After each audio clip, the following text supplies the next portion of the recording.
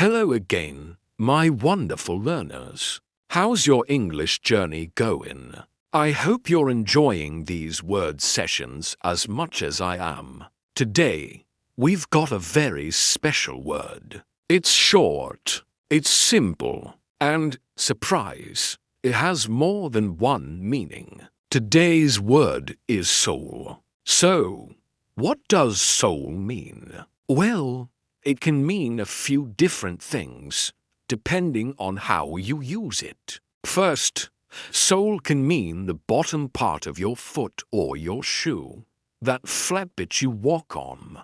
Second, sole can also mean only or single, like the sole survivor or my sole reason for leaving. There's even a fish called sole, but we won't worry about that one today. Let's focus on the two main uses, the bottom of the foot and the idea of only one. Here are 5 example sentences. My shoes are old. The soles are completely worn out. I stepped on something sharp and hurt the sole of my foot. She was the sole person who stayed until the end of the meeting. His sole aim in life is to travel the world. As the sole owner of the business, she makes all the decisions. Now, let me tell you a short story using the word soul in both meanings to help you remember it. Last weekend, I went for a long walk in the countryside.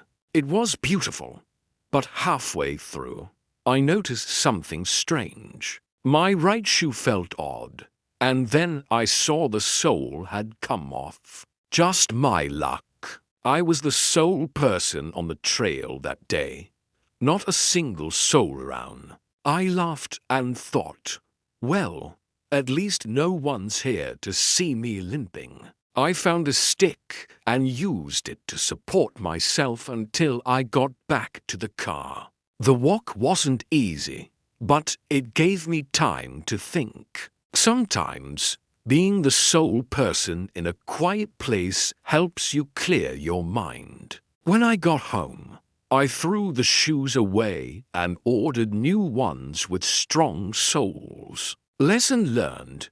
Check your soles before a long walk and enjoy your time alone. So, that's soul, one word, 2 meanings, and now, part of your English. Try using both meanings this week. And don't forget, one word can tell more than one story. See you next time, and as always, keep learning and take care.